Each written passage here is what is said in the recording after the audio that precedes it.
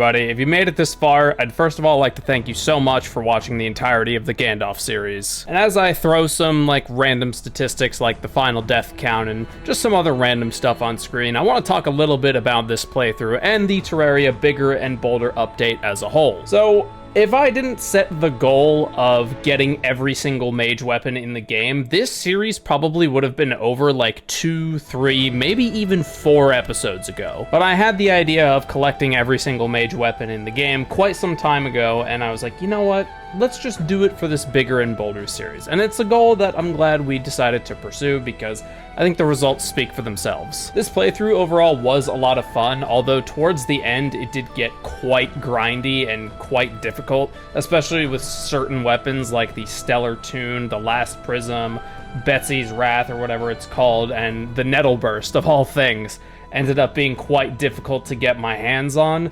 and that kind of just made me ready to put this to rest a lot sooner than I really wanted to, but in the end, we got through it. So, in regards to the Bigger and Bolder portion of this update and this playthrough, what did I think of the update? You know, is the update any good? Well, of course, the update itself was good. The new content and a lot of the new visual overhauls and some of the sound changes as well were all very pleasant. I know that a lot of the quote-unquote new content lies within the secret seeds, as well as like the new super zenith seed that has been added, or true zenith, I guess you could call it. And I know a lot of the content that was sort of a part of this update lies within there, but I wanted to give the like normal experience with this update, because I think that's how you should judge a game when it either gets an update or gets released. You shouldn't judge it based on its like secret worlds or unlocking a secret setting or whatever. You should judge it based on the intended experience. This update overall was very good. A lot of the things that I liked about it include, for example, as you can probably tell by this room,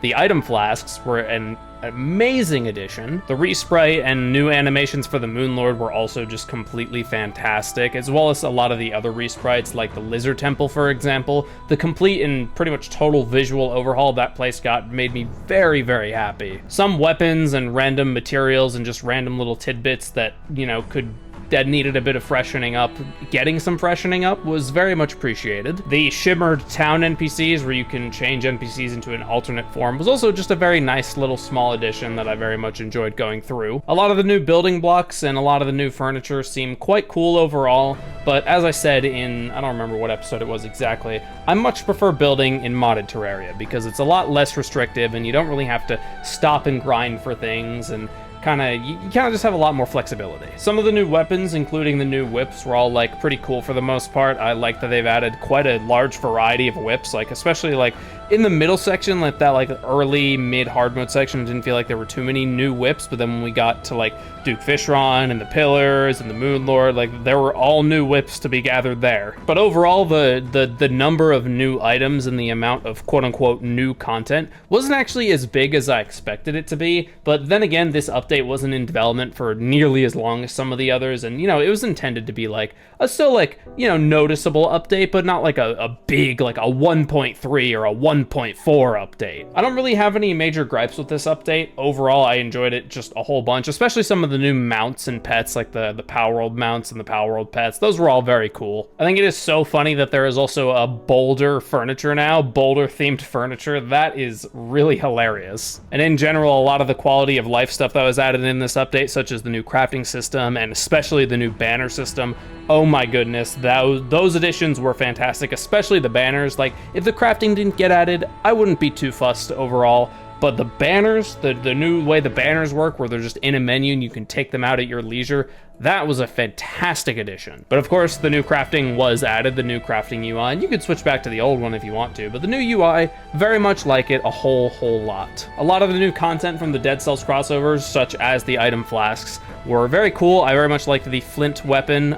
Still never figured out how to actually get the beheaded's chest piece for the vanity set. Never figured that one out. I'm sure I could wiki it, but you know, at this point I don't see myself returning to 1.4.5 until you know, T-Mob Boulder gets updated. And in general, I really enjoyed this experience. There were a couple of stretches, like I said, a couple of stretches in the road where it was just kind of like getting a little bit dry, and I was kind of just like exhausted and not really in the mood to record it. And a lot of the footage you've seen in the finale here today was actually like 90% of it was recorded all in one day over the course of many hours. I probably could have split all this footage up into 2 episodes, but I figured the second one would probably be a lot shorter, and I think it would be better just to have a slightly longer finale. So let me know in the comments if you agree with me on that. And of course, just generally let me know what your thoughts on the Gandalf series was, and thoughts about the Bigger and Bolder update as a whole. I'd love to read some of your thoughts about this update in this series, because Terraria means the world to me. And if this video does well enough, and I see a couple of comments asking for it, I will put this world and Gandalf on the workshop if I see enough comments asking for it. So be sure to let me know if that's something you would want. Massive thank you to the channel members and patrons, as always, for your continued support. It really does mean the world to me.